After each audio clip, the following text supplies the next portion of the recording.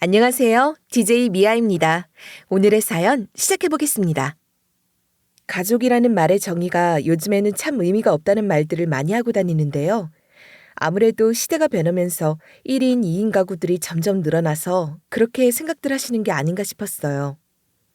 그런데 정말 가족이라는 단어가 가진 정의, 이제는 저도 믿을 수가 없다는 생각이 듭니다.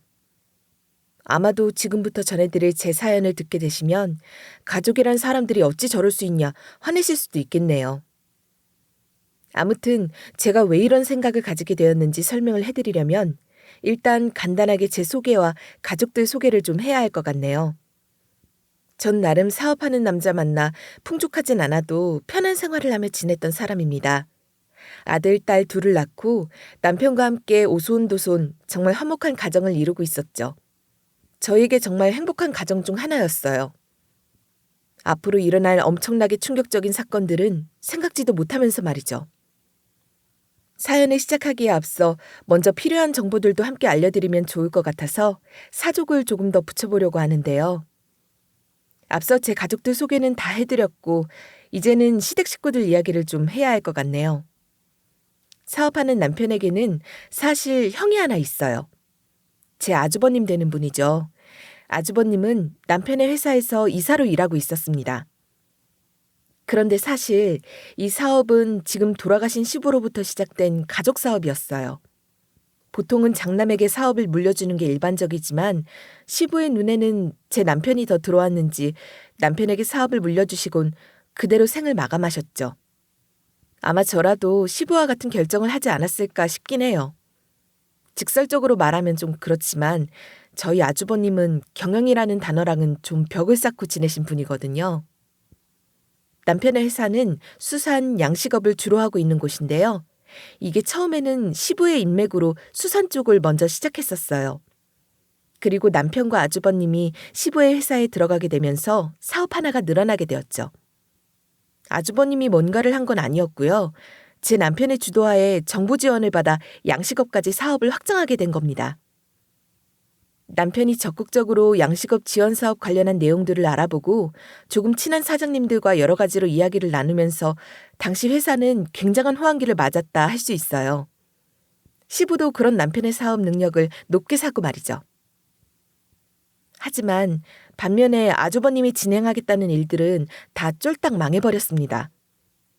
그중 하나가 수산을 하고 있으니 횟집해도 괜찮겠다 싶은 아이디어였는데 이게 사실 참 어려운 일이더라고요. 횟집이라는 게 생선만 대준다고 다 돌아가는 게 아니었으니까요. 왜 자영업 하는 사람들이 개업도 많이 하지만 폐업도 많이 한다는 거 뉴스 보면서 많이들 알고 계실 텐데요. 결국 아주버님의 생각이 이 논리랑 비슷하게 흘러가더라고요. 사실은 말이죠. 집안에 딱히 회 좋아하는 사람도 없었기 때문에 다들 횟집에 대한 정보는 전무하다 싶을 정도였거든요. 그런데 왜 이런 일을 하겠다 했는지 아직도 저는 그런 아주버님 머릿속을 이해하지 못하고 있습니다. 아무튼 이렇게 경영에서나 사업적인 머리에서나 차이가 나는 두 형제였으니 시부가 남편에게 사업을 물려주겠다는 것은 당연한 일이 아니었을까 싶어요. 그러니 항상 아주버님은 시부가 살아생전에도 이 일 때문에 자주 투덜거리곤 했습니다. 다른 집에서는 장남한테 힘 실어준다던데 우리 집안은 항상 네 편밖에 없지? 이게 말이나 되냐? 기껏 사업 하나 말아먹었다고 이렇게 회사를 덜렁 너한테 다 물려주고 말이야. 그런데 사람이 계속 이런 밉살스러운 이야기를 하면 생기던 정도 떨어지는 법입니다. 제가 왜 이런 말을 하냐고요? 아주버님은 본인도 다음에는 잘할 수 있다는 어필을 하고 싶었던 모양이지만 오히려 그럴 때마다 시부에게 안 좋은 인상만 잔뜩 심어주곤 했거든요. 사실 시부도 아주버님에게 사업을 물려주지 못해서 미안한 마음을 가지고 있긴 했거든요. 오죽하면 남편과 저를 따로 불러서 이런 말까지 했겠어요? 네 형이 너한테 하는 말이 다 진심이 아닌 건 알고 있지? 장남인데 가족 사업도 물려받지 못하고 저 딴엔 얼마나 속이 탔으면 저러겠니? 그러니 너희가 이해하고 넘어가라. 저렇게 불만 투덜거린다 해서 회사를 물려받는 게 네 형이 되는 건 아니니까. 그런데 아주버님은 자기가 장남인데 집안 사업 물려받지 못했다 씩씩거리며 자기 생각밖에 못하는 사람이었죠. 시부의 말도 있고 해서 남편과 제가 아무리 아주버님에게 좋은 말로 타일러도 소용이 없었어요. 오히려 저희가 아버님도 아주버님 생각 많이 하신다 말해도 그게 더 심기를 불편하게 만들었는지 직원들이 다 보는 앞에서도 큰 소리를 내며 투덜거리기 일쑤였습니다. 그러다 인생의 전환점이 생기게 된 사건이 있었으니 그건 바로 저희 시부의 죽음이었죠. 시부는 정말 갑작스럽게 돌아가셨거든요. 저는 그날의 일을 아직도 잊지 못합니다. 시부가 쓰러진 날은 공교롭게도 남편과 아주버님 둘 다 회사 일로 인해 외근을 나간 날이었죠. 사장님이 쓰러지셨어요. 빨리 병원 좀 와보셔야 할 것 같아요. 상태가 심각하신 것 같아요. 회사에서 쓰러진 시부는 다행히 직원들의 빠른 신고에 병원에 빨리 도착하긴 했거든요. 하지만 끝내 긴 생을 새고 가신 운명은 아니었습니다. 그도 그럴 게 암이 여기저기 전이가 된 상태라 시한부 판정을 받았거든요. 의사 말로는 그간 고통이 꽤나 심했을 텐데 어떻게 참고 지금까지 견뎠냐 하더라고요. 그래서 나중에 깨어난 시부에게 시모가 물었죠. 당신은 몸이 이 지경이 될 때까지 아프단 소리도 안 하고 어떻게 매번 사람이 그렇게 일만 하다 이렇게 돼선. 일하다 보니 몸 아픈 것 정도야. 나이 때문인지 알았지. 당신하고 가족들한테 미안하구먼. 하지만 결국 그 시한부 기간 내내 시부는 침대를 벗어나지도 못하셨습니다. 마치 그간 회사에 온 힘을 다하느라 나중에는 하얗게 타버린 재처럼 한번 쓰러지시고 나니 이젠 정말 힘을 제대로 쓰질 못하시더라고요. 그러니 온 가족이 슬픔에 잠겼죠. 그래도 말입니다. 시부는 의사가 말한 시한부 달은 꼬박 다 채우고 돌아가셨어요. 마치 이제는 저 없이 혼자서 살게 될 시모가 걱정스럽다는 듯이 마지막에는 겨우 숨을 쉬시면서도 끝까지 생을 놓지 않으셨죠. 거기다 아파서 정신도 없으셨을 텐데 유언도 남기셨습니다. 그게 바로 회사 경영은 남편이 주로 하되 아주버님에겐 그 옆을 지켜서 같이 성장하는 회사를 만들어가라는 말이었어요. 당연히 자기 형보다 인정을 받았으니 남편은 기쁘긴 했으나 자기보다 나이 많은 형을 두고 본인이 사장이라니 마음은 영 편치는 않아 하더라고요. 시부가 쓰러지기 전에 있었던 일도 있고 말이죠. 그래서 결국에는 시부의 이주기가 되던 해에 아주버님과 공동경영을 하겠다 하더군요. 알게 모르게 그 사이에 굉장히 많이 힘들었던 모양입니다. 그러면 아주버님과 함께 사업을 하겠다 선언 뒤에 그 결과는 어떻게 되었냐고요? 결과만 딱 놓고 말하자면 대차게 사업을 몽땅 말아먹었습니다. 정말 깜짝 놀랄 정도였죠. 왜 재산이 어느 정도 되는 사람들은 사업 하나 말아먹는다고 해도 다시 일어설 힘은 있다고 하잖아요? 저도 그럴 줄 알았습니다. 그런데 그것도 망한 규모 나름이더라고요. 물론 처음에는 일이 이렇게 될 줄 아무도 몰랐어요. 남편은 항상 제 형이랑 함께 사업을 진행하길 원했는데요. 그러면서 공동 경영을 하게 된 이상 아주버님의 의견도 중요하다며 앞으로 어떻게 하면 좋을지 아이디어를 달라 한 적이 있어요. 이 말을 들었을 때는 아주버님도 딱히 본인은 하고 싶지 않다는 식으로 말을 했는데 한 일주일 지나자 남편에게 아이디어 하나를 짜서 가져왔더라고요. 남편이 아주버님의 사업계획서가 썩 마음에 들었는지 집에까지 들고 와서 저에게 형이 이번에 기획한 거야 하면서 자랑까지 했을 정도였고요. 아주버님의 사업계획서를 읽어보던 저 역시도 이런 생각을 아주버님이 했다고? 하면서 놀랐습니다. 아주버님의 아이디어는 그만큼 생각보다 괜찮은 것이었어요. 그렇게 아주버님이 낸 아이디어가 무엇이냐? 바로 동종업계 사람들과 협업을 하자는 말이었습니다. 아주 간단한 말이라 이런 생각하는 게 뭐가 어렵냐 하시겠지만 남편은 아주버님의 아이디어를 아주 좋게 생각했습니다. 저희와 동종업계 사람들은 그들만의 파일을 나누고 싶지 않아서 적자를 보더라도 거래처를 꽉 잡고 있으려 하는 곳이 많은데요. 이게 생각보다 쉽지 않아서 정말 큰 적자를 보고 파산하는 사람도 적지 않아요. 그래서 웬만하면 거래처 하나 두고 두세 개의 수산이 뭉쳐서 일할 때가 많죠. 그러면 다들 묻고 싶으실 거예요. 거래처 하나에 두세 개의 수산이면 이미 협업이지 않냐 하고 말이죠. 그런데 여기엔 다 각자만의 사정이 있습니다. 그 이유를 전부 다 세세하게 설명해 드리기는 어렵지만 간단하게 말하자면 수산업이라는 게 자연을 끼고 하는 일이라 솔직히 거래처에서 원하는 물량을 하나의 회사에서 다 맞춰주기 어렵거든요. 그래서 두세 개의 수산이 같이 붙어서 한 거래처를 보는 일이 많은 건데 이렇게 다수의 회사가 붙으면 이제 거기서 문제가 하나씩 생기는 거죠.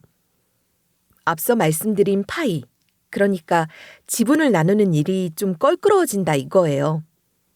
이번에 분명 우리 물건을 받겠다 했는데 다른 곳에서 받거나 그러면 저희 물건은 그대로 버려지거나 운이 좋아서 다른 거래처로 가게 되거나 둘 중 하나거든요. 그런데 살아있을 때나 가치가 높은 수산품들을 신선하지 않은 상태에서 거래한다? 그러면 여기서부터는 손해가 나기 시작합니다. 예를 들면 싱싱한 제품들을 냉동해야 하는 상황이 오기도 하거든요. 다들 수산물 많이 드시니 잘 알겠지만 이게 활어랑 냉동이랑 가격 차이가 어마어마하거든요. 거기다 냉동은 또 얼리는 삭이 들어가고 말이죠. 그래서 아주버님의 사업 계획이 괜찮다는 말이었어요. 다들 말로는 서로 잘 나누자 하지만 실상 제대로 이야기를 나눈 적은 없었으니 말이죠. 만약 이 이야기가 잘 통한다? 그럼 서로 손해를 줄일 수 있어 거의 상부상조할 수 있는 구조가 되는 겁니다. 뭐든 처음이 어렵지만 그걸 어떻게든 해내보겠다는 게 아주버님의 포부였죠. 아무튼 집에 와서 아주버님의 아이디어를 제게 물은 남편은 굉장히 기쁜 눈치였습니다. 시부의 의견이 어찌되었든 무거운 짐을 본인의 형과도 나눠질 수 있게 됐다며 말이죠. 그렇게 앞으로 어떤 일이 일어날지도 모르고 남편은 아주버님이 알아온 회사와 계약을 하게 되었어요. 아무래도 저희보다 조금 규모가 작은 회사라 그런지 남편의 회사 단가보다는 좀 높은 값에 거래를 하게 되었지요. 하지만 이로 인해서 확실한 납품 거래를 할 수 있게 되었으니 남편도 저도 남는 장사다 생각했어요. 서로에게 득이면 득이지 실은 아니라 생각을 했었거든요. 남편은 이번 아이디어는 온전히 아주버님의 머리에서 나온 것이니 웬만해선 본인이 나서지 않겠다 했습니다. 물건 상태, 납품 등 관련 내용들을 전부 아주버님이 해결해서 밑에 직원들에게도 아주버님의 신뢰를 다져주자는 생각이었겠죠. 그런 남편에게 고맙다는 듯이 아주버님도 매번 발주 확인서를 꼼꼼하게 작성해 남편에게 건네주었고요. 생각보다 이익이 얼마 남지는 않았지만 아주버님이 진행한 계약건 중에서는 가장 높은 이익을 냈습니다. 그렇게 자신감을 얻은 아주버님이 남편에게 뜻밖의 제안을 건넸어요. 형이 이번에는 배 사업도 우리가 뛰어들면 어떻겠냐 하는데 당신 생각은 어때? 배? 그거 하나 잡기도 어려운 거 아니야? 그리고 배 구했다 치자. 그럼 거기 들어갈 선장님이나 선원들은 어떻게 고용하려고? 너무 모험이 아닐까? 그 부분은 이번에 거래했던 회사에서 알아봐 주겠대. 다행히 거기 사장님 동양이 이번에 우리가 작업하고 싶은 곳에서 선장으로 일하고 있다고 하더라고. 아무튼 당신 의견도 잘 들었어. 그래도 난 사업 확장의 기회이니 형 의견에 따라볼까 해. 이번에는 조금 더 큰 욕심을 내보자며 같이 배 하나 잡아 사업을 확장하자는 이야기를 했다며 남편에게 허가를 받겠다 온 거예요. 저는 솔직히 걱정이 됐죠. 배라는 게 그렇게 쉽게 하겠다 말겠다 할 수 있는 부분은 아니었으니까요. 하지만 남편은 지금까지의 신뢰도 있으니 본인은 좋다 하더라고요. 어차피 사업을 하는 당사자는 남편이니 전 찝찝한 마음에도 알아서 하라 그럴 수밖에 없었죠. 제가 왜 앞서 걱정을 했는지 궁금하시다고요? 간단하게 수산에서 배를 잡고 일한다는 게 어떤 건지 설명을 드리자면요. 같이 일을 하는 배를 잡으려면 이전에 그 배의 실적 같은 것들을 살펴보고 계약을 하는데 이 계약이라는 것도 한두 푼이 들어가는 게 아니에요. 돈 거의 10억은 우습게 생각하는 곳이 또 이 업계거든요. 아무튼 그렇게 한 계약, 거의 20억이라는 돈이 오가는 그런 건수였는데 하필이면 상대방이 이 돈을 다 들고 날라버릴 줄은 상상도 못했습니다. 제 남편이 꼭 따내야 하는 대박건이라는 아주버님의 말만 믿고 위임장까지 써서 회사 차원에서 받을 수 있는 대출은 전부 땡긴 상태였는데 그 배랑 연결시켜준다는 인간들이 돈만 들고 튀어버린 거예요. 어떻게든 이 사태를 수습하려던 남편의 노력이 있었지만 상황을 잠재우기는 쉽지 않았죠. 결국 회사는 파산했고 저희 집은 순식간에 빚더미에 앉게 됐습니다. 그래서 일단 급한 불은 끄자 싶어 집을 팔자 결정했죠. 미안해, 여보. 가족만은 어떻게든 지키려 했는데 잠시만 엄마 집에 가서 있어. 내가 잘 수습해 볼게. 남편은 아직 초등학생인 아이들에게 굉장히 미안해했습니다. 그도 그럴 게 이놈의 빚쟁이들이 하루도 빠지지 않고 돈을 내놔라 찾아왔거든요. 그러다 보니 아이들의 정서에도 좋지 않을 것 같기에 남편과 상의 후 당분간 별거를 하게 됐습니다. 혹시나 이 사람들이 돈을 안 준다 앙심을 품어 아이들까지 위험해지지는 않을까 싶은 마음이 들었거든요. 남편도 자신의 잘못으로 가족이 힘들어하는 모습에 힘들어하기도 했고요. 그렇게 시모 집으로 들어가게 됐지만 제 마음은 편치 않았죠. 시모는 이 상황을 해결하기 위해 돌아가신 시부가 도움을 줄 수도 있다며 열심히 시부의 제사를 지내곤 했어요. 제 사연을 듣고 계신 청자님들은 이런 저희 모습이 미련하다 생각하실 수 있겠지만 당시 저희 가족들은 지푸라기라도 잡는 심정이었어요. 하지만 1년, 2년, 시간이 지나도 상황은 좋아질 생각은 않고 점점 나빠지기만 했죠. 그래도 저희 집안과 반대로 아주버님 댁은 어떻게든 잘 버티는 중인 것 같더군요. 그도 그럴 게 형님의 집안이 그래도 어느 정도 힘을 보태주고 있는 것 같았죠. 괜스레 그런 형님네가 부럽다 생각을 하기도 했습니다. 아무튼 제사 때마다 혹은 가끔씩 형님이 시댁이라고 찾아오기는 하는데 이게 전 썩 반갑진 않았어요. 제가 이렇게 되고 난 뒤로는 부쩍 형님이 저를 무시하거나 업신여기는 말들을 참 많이 했거든요. 동서, 첫째가 이제 중학교 올라간다지? 학교는 어디로 보내? 교복은 마쳤어? 학교는 일단 이 근처로 보내기로 결정됐고요. 교복은 물려준다는 사람이 있어서 일단 그걸로 입혀보내려고요. 어머! 남이 입던 옷을 애한테 입히겠다고? 세상에! 동서! 교복 살 돈도 없는 거야, 지금? 형님의 말에 그렇다기보다 아끼면서 사려고요 하면서 반박을 했지만 형님은 제 말을 쉽게 묵살했습니다. 솔직한 심정으론 절 무시하는 말 정도는 참고 넘길 수 있는데 이렇듯 아이들에 대한 일들까지 입에 올리곤 할 때는 저도 정말이지 욱해서 참기가 참 어려웠어요. 하지만 제가 지금 사는 곳이 오롯이 제 집도 아니고 안 그래도 마음 복잡할 시모 앞에서 더 깊은 고민을 안겨주고 싶진 않았기에 항상 꾹 참고 넘길 수밖에 없었죠. 형님은 이따금 이렇게 찾아와서 동서 요즘 옷도 못 사고 다닐까 봐 내가 한 벌 좀 샀어 하며 딱 봐도 시장통에서 산 듯한 몸빼바지를 준다거나 어머님이랑 같이 먹으라고 내가 소고기 좀 사왔어. 어머님 많이 드리고 동서는 눈치껏 먹어 하며 핀잔을 주고 속이 정말 문드러져 갔죠. 거기에 앞서 말한 것처럼 이런 형님의 대우에 아이들이 상처를 받진 않을까 싶으며 조마조마했습니다. 다행히 아이들은 제 아빠를 닮아 멘탈이 강한 건지 몰라도 남들이 뭐라든 잘 자라주었죠. 전 그런 아이들에게 참 고마웠어요.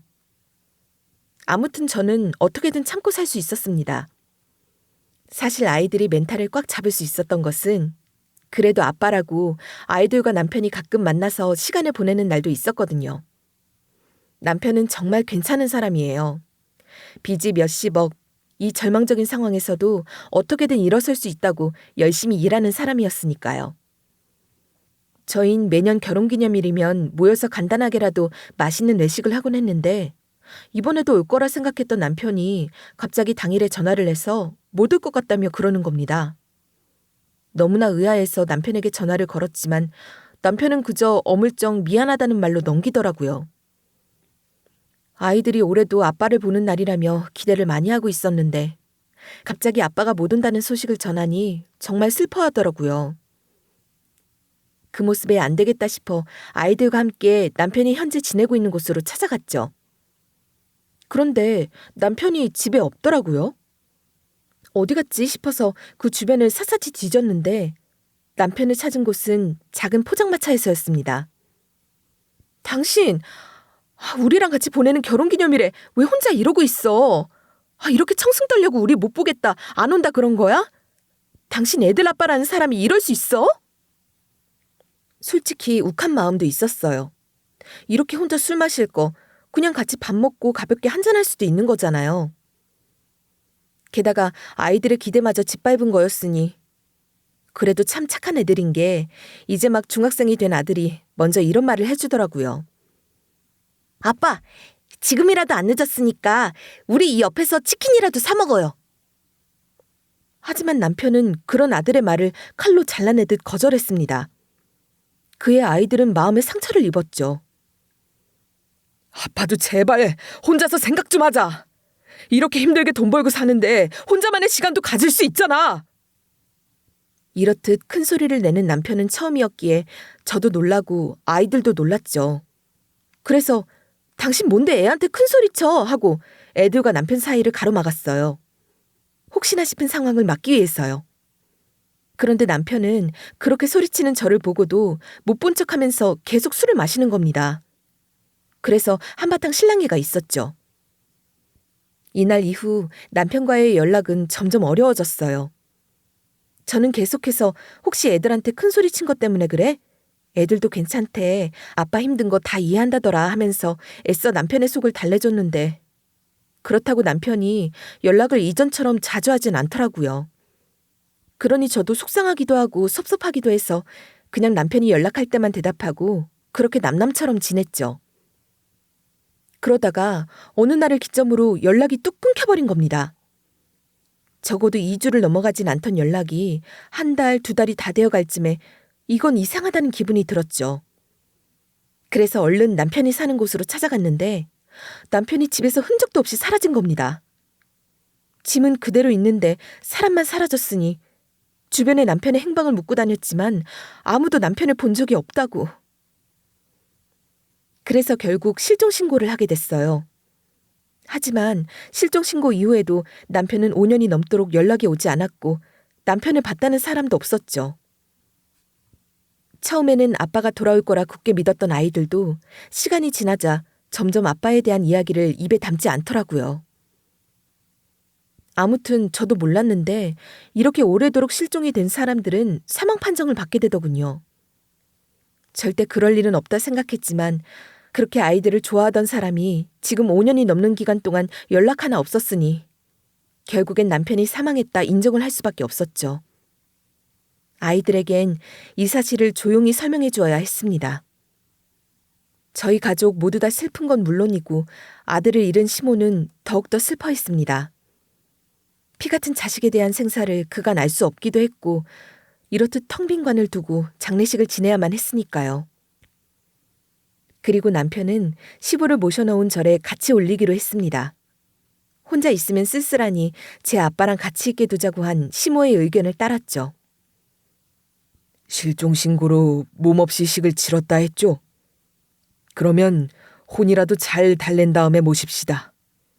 이렇게 실종된 사람들의 혼은 이렇게 마련된 자리로 돌아오지 못할 수도 있거든요.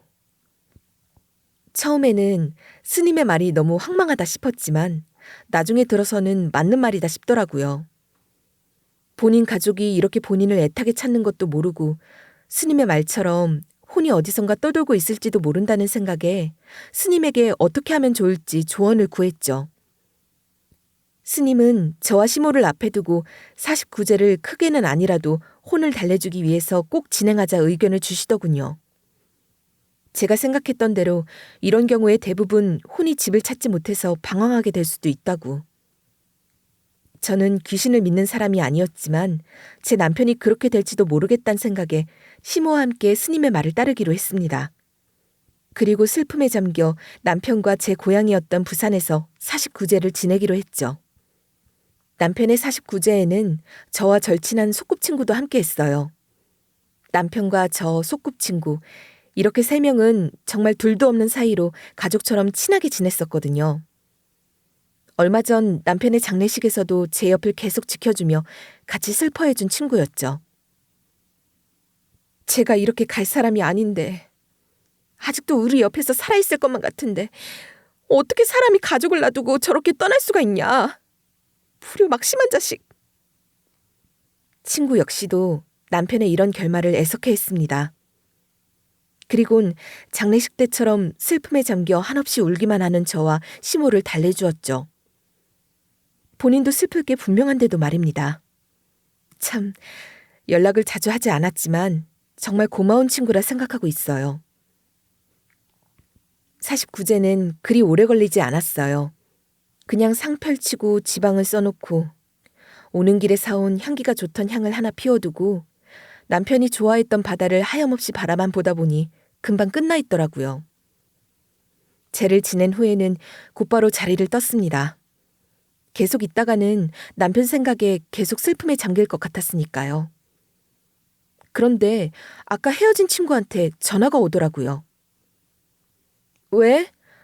우리가 뭐 잊고 간 거라도 있어? 지금 다시 집으로 올라가고 있지. 아까 말했잖아. 당장 차 돌려서 부산으로 내려와. 빨리! 내가 지훈이 같은 사람을 봤어.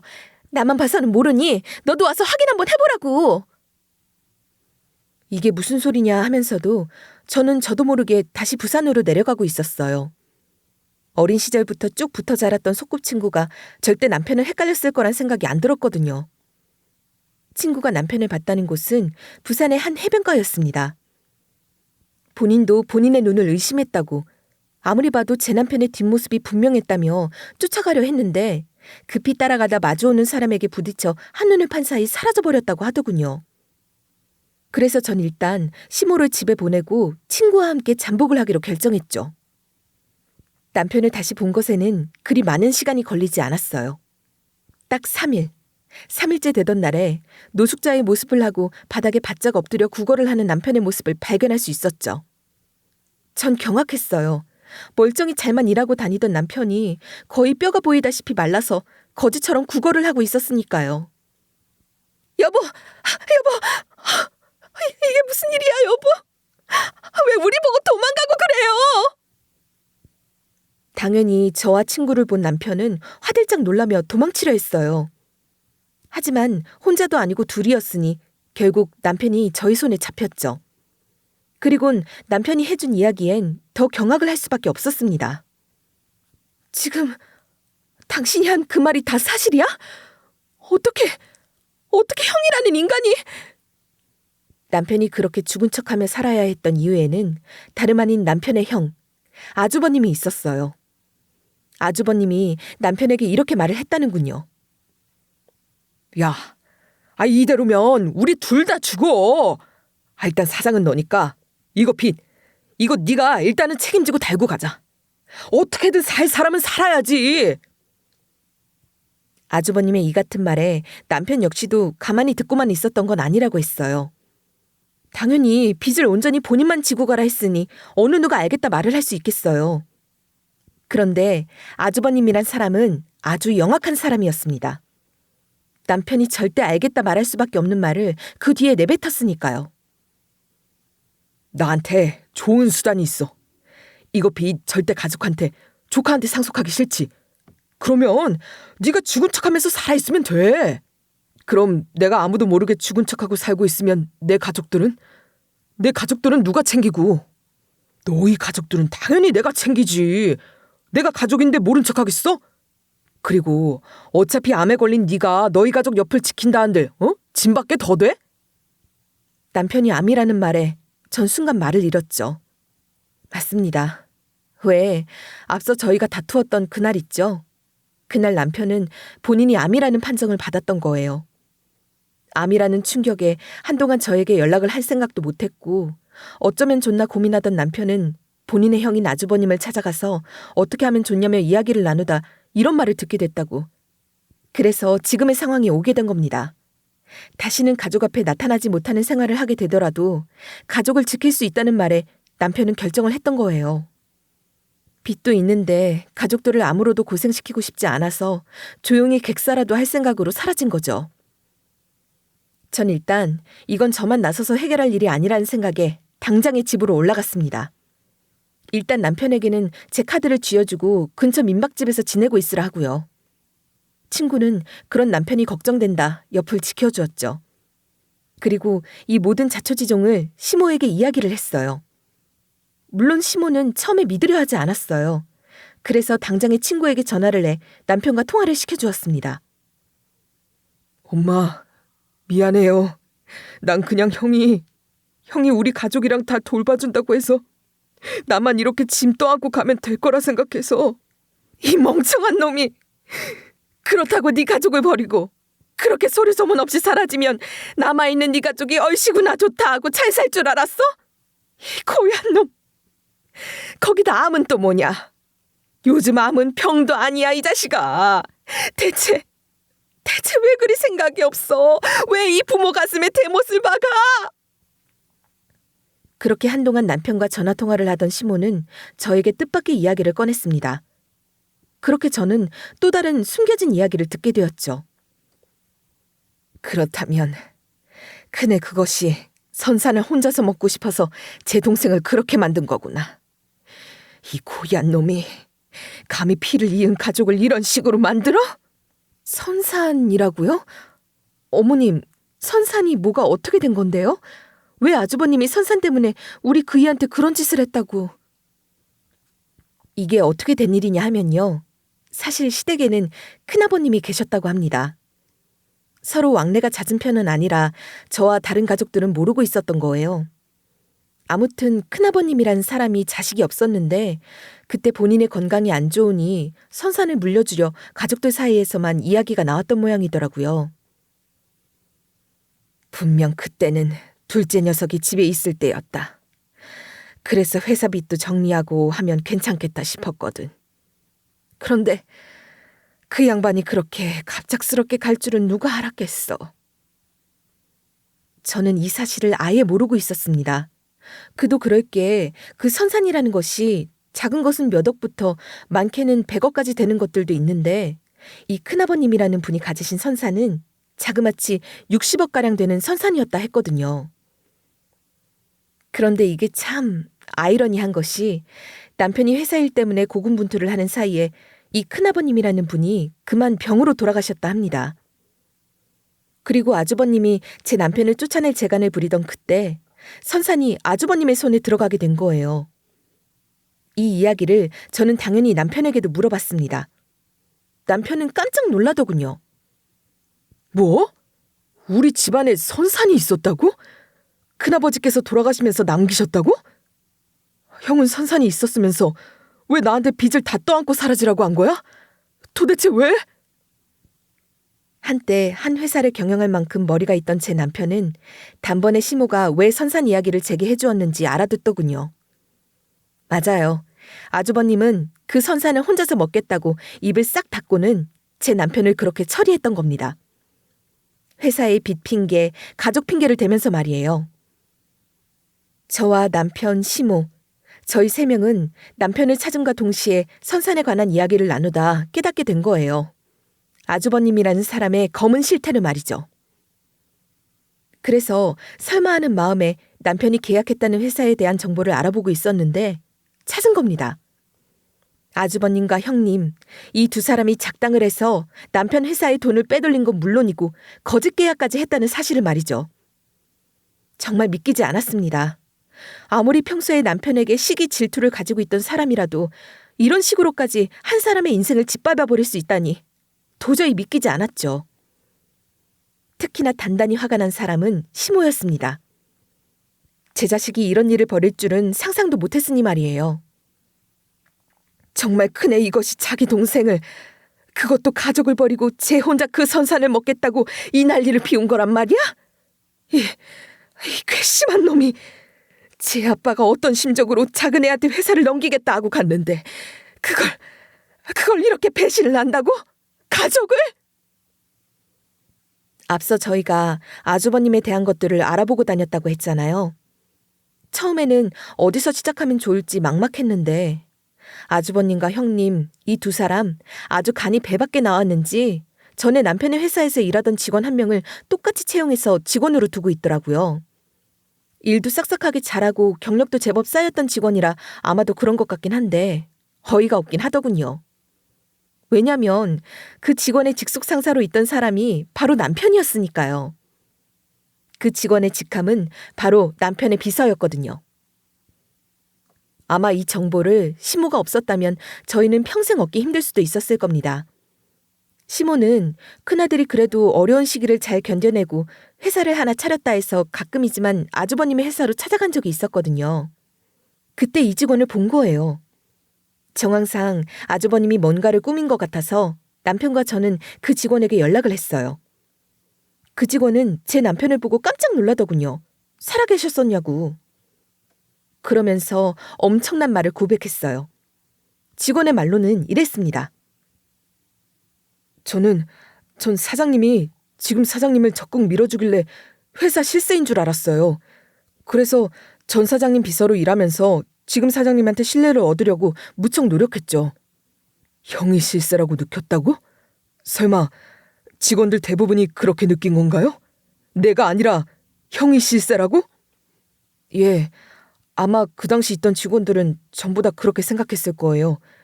새로 하는 사업 전부 다 지금 사장님한테 맡기는 건 물론이고 확인도 제대로 안 하셨잖아요.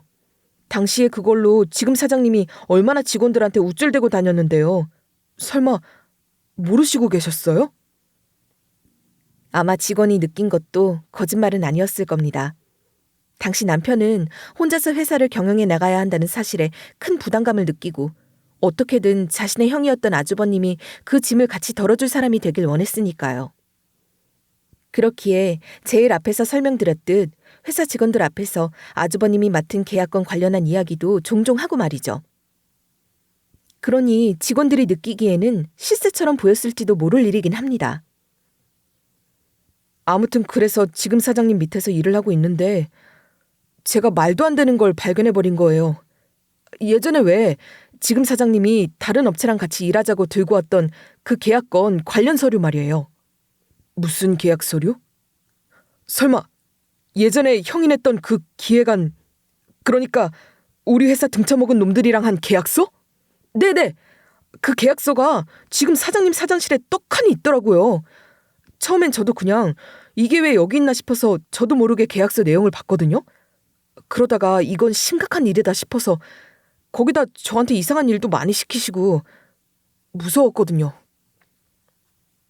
어떻게든 아주버님의 신뢰를 얻는 데 성공한 직원은 저희 남편이 그렇게 힘든 상황을 겪는 동안 아주버님의 새로운 회사로 일자리를 옮기게 되었다 하는데요.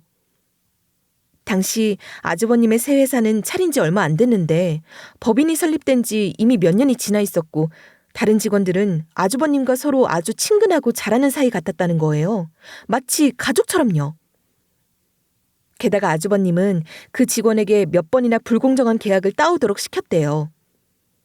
뭔가 불법적인 일에 휘말리게 될까봐 그 직원은 수상한 자료들은 몰래 보관하기 시작했고 원래 있던 서류들을 검토해보기 시작했대요. 그런데 거기서 발견한 거죠. 남편이 있을 적에 아주버님이 계약해왔던 회사의 계약서와 각종 서류들을요. 그것도 그 회사가 아니면 존재할 리가 없는 원본 계약서로. 당시 아주버님이 계약했던 그 회사와 지금 아주버님이 만든 회사의 이름은 다르지만 정황상 같은 회사이고 애초에 그 회사 대표가 아주버님이 아닐까 하는 생각이 들었대요.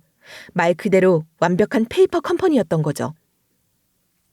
거기다가 그 원본 서류들에는 아주버님과 유독 친해 보이는 사람들의 이름이 써져 있었고 대표에는 모르는 사람의 이름이 써져 있었지만 그건 가명이었다고 하더군요. 저와 남편은 그 직원에게서 받은 서류들을 보고 지금까지의 모든 전말을 알 수 있게 되었어요. 남편의 회사는 아주버님에 의해 사기를 당해오다가 결국 아주버님에 의해 와르르 무너졌다는 것을요. 계약서를 함께 살펴보던 남편은 할 말을 잃었는지 그저 빠르게 서류들을 훑어보기만 했습니다. 아주버님이란 인간은 아주 작정을 하고 회사 돈을 뒤로 빼돌릴 생각만 했더군요. 처음부터 아주버님이란 사람이 받아왔던 물건들은 제값을 못하는 것들이었어요. 예를 들면 납품 가치가 있는 것들이 20cm라면 받아온 물건들은 겨우 그의 절반을 넘는 것들을 더 높은 가격에 들여왔던 거죠. 남편이 자기를 믿고 직접 나서서 확인하지 않는다는 걸 악용해서 말입니다. 세상에, 어떻게 이럴 수가 있지? 아무리 그래도 아버지가 물려주신 하나밖에 없는 회사를 이걸 어떻게 아버지 아들, 장남이라는 사람이. 남편의 화는 당연했습니다. 앞서 말한 가치 없는 납품받은 하자품들을 다시 저희 거래처에 저희 수산품과 섞어서 보냈거든요. 어쩐지 그 당시 남편 회사의 거래처들이 갑자기 이유도 없이 거래를 안 하겠다 했었으니 발만 동동 구르면서 어떻게든 이 잘못 바로잡아 보겠다 집에도 못 들어오고 열심히 뛰어다녔었거든요. 직원들에게 물어봐도 원래대로 일했다 하니 어디서 일이 틀어진 건지도 몰랐고요. 그런데 그때 범인이 바로 아주버님이란 사람이었던 겁니다. 철저하게 남편을 이용해 먹고 버리려고 그때부터 계획을 짜고 있었던 거죠. 세상에, 그럼 회사가 이렇게 무너질 때까지 기다렸다는 말이야? 어떻게 가족한테 이럴 수가 있어? 그러면서 동생한테는 뭐? 죽은 듯이 살면 본인이 다 알아서 하겠다고? 시모와 저는 분노했습니다. 시모는 제 형제를 두고 어떻게 하면서 올라간 혈압 때문에 쓰러지실 뻔하기도 했죠. 그 밖에도 비서였던 제 직원을 아주 가족처럼 생각했는지 남편 눈을 속인 그 페이퍼 컴퍼니로 만든 회사 서류를 아주 떡하니 다들 볼 수 있는 곳에 놔뒀다 하더라고요. 아마도 이 눈치 빠른 직원이 몰래 챙겨두지 않았더라면 가만히 있어야만 했을 겁니다. 당연히 이 같은 사실을 토대로 남편의 사망 판정을 뒤집었고요. 본인이 살아있는 것이 증명되었으니 당연히 사망 판정은 취소되었죠. 아주버님 앞에 나타난 남편에 아주버님과 형님 둘은 깜짝 놀랐지만 모르는 척 발을 슬쩍 빼는 게 말 못하는 짐승도 죄책감을 느끼겠다 싶은 생각이 들었습니다. 내 동생 살아있었구나. 네가 살아 돌아왔어. 그동안 어디를 다니다 온 거야? 이 형이 얼마나 찾았는데? 형님은 그래도 양반이었어요. 아주버님에 비하면 말이죠. 형님은 살아서 돌아온 제 남편을 보고 하얗게 질리기만 하고 고개를 획 돌려 모른 척을 한 반면에 아주버님은 거의 연기자더라고요. 능청스럽게 남편이 돌아와서 기쁘다는 듯이 활짝 웃는데 저흰 사람들이 말하는 악마 같은 놈이 아주버님이 아닌가 했습니다.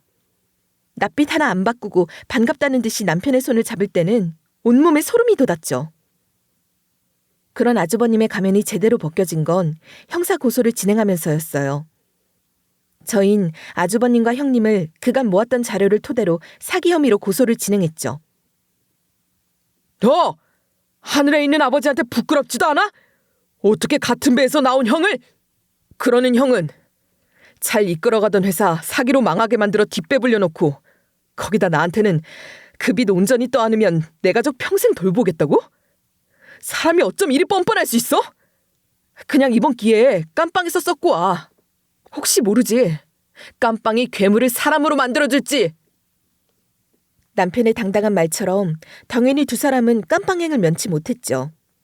사람의 목숨을 아주 장난감처럼 가지고 놀았으니 당연한 결과라 생각합니다. 거기에 선산 있죠?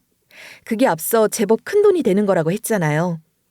그나마 다행인 것은 시모에게 남겨둔 큰아버님의 문자 하나가 있었다는 거였습니다. 문자에는 간단하게 애들 둘이 잘 관리하게 중간에서 지켜보게 였어요. 이러니 시모도 선산에 대한 부분을 잘 알고 있었던 거죠. 아주버님은 당시 큰아버님의 유언이 없다 생각했지만 큰아버님의 변호인은 그렇지 않았어요. 당연히 유언을 남겼다 하고 그 유언 찾기 전에는 선산에 대한 일은 일절 손댈 수 없다 하고 나왔거든요. 그래서 아주버님은 선산을 혼자서는 처분할 수 없었죠. 그러니 제 남편에게 사망 선고가 떨어지는 날만을 기다렸을 거예요. 그리고 슬퍼하는 척하면서 선산 이야기는 시모 앞에서는 함구했을 겁니다. 알면서도 모르는 척 말이죠. 그리고 어쩌면 말 한번 꺼냈다가 제 아이들에게도 남겨줘야 할 수도 있으니 눈치만 보고 있었겠죠. 시모는 같은 가족한테 해를 입히고 어머니 눈에도 자식 잃는 피눈물 흘리게 만든 아주버님을 용서할 수 없다고 유산 상속에 대한 소송을 걸자고 하셨어요. 그 선산의 가치는 60억 정도가 된다고 했잖아요. 저희는 어머님과 논의해 조상님들은 다 납골 땅에 옮기고 선산을 처분하기로 했어요. 조상님들께서 서운해하실 것 같긴 하지만 달리 방법이 없었습니다. 선산을 온전히 아주버님의 손아귀에서 지키려면 말이죠. 다만 안타까운 사실은 남편의 암이 이미 말기라는 사실이었어요. 시기가 너무 늦었던 거죠. 남편은 괜찮다 말했지만 사실 제일 아쉬운 사람은 제가 아니라 남편 본인이 아닐까 싶은 마음에 전 밖으로 내색은 하지 않고 남편과 함께 지내는 중입니다. 아이들에게는 남편이 당한 일을 대충이나마 설명은 다 해줬고요. 당신한테 너무 미안하다. 내가 그깟 현올림에 당하지만 않았더라면 당신이고 나고 이렇게까지 힘들진 않았을 텐데. 어쩌면 애들 결혼하는 것까지도 내가 보고 갈 수 있었을 거고. 남편은 잃어버린 시간들을 아쉬워했습니다. 특히나 저와 아이들이 자신 때문에 고생한 것 같아 후회스럽다고. 아이들의 먼 미래에 자신이 없어서 슬프다고 말이죠. 그래서 저는 남편의 얼마 남지 않은 생을 최대한 행복하게 보낼 생각입니다. 앞으로는 어려운 일은 그만하고 이젠 어른이 된 아들과 아직은 학생 신분인 딸과 함께 얼마 전에는 해외여행도 다녀왔죠. 남편은 편치 않은 몸이지만 그래도 남은 여생은 자유롭고 행복하게 살고 싶다 하더라고요. 그 소원을 들어주고 싶었어요. 세상에 가족은 무조건 내 편이라는 말을 하지만 저는 이번 일로 가족이라고 무조건 믿을 수 있다는 건 아니라는 걸 깨달았습니다. 때론 정말 가깝다 생각한 인물도 배신할 수 있다는 걸 경험했으니까요. 물론 모두가 그렇진 않겠지만 그래도 세상을 살면서 한 번쯤은 의심을 해보는 그런 습관도 나쁘지 않겠다 싶더군요. 왜 한 번 두드렸던 다리도 다시 두드려보라 하는 말도 있으니 말이죠. 여기까지가 제가 청자님들께 들려드리려 했던 제 사연입니다. 어떻게 제가 왜 가까운 사이라도 못 믿겠다 하시는지 이제는 다들 아실 것 같네요. 제 이야기 끝까지 들어주셔서 감사합니다.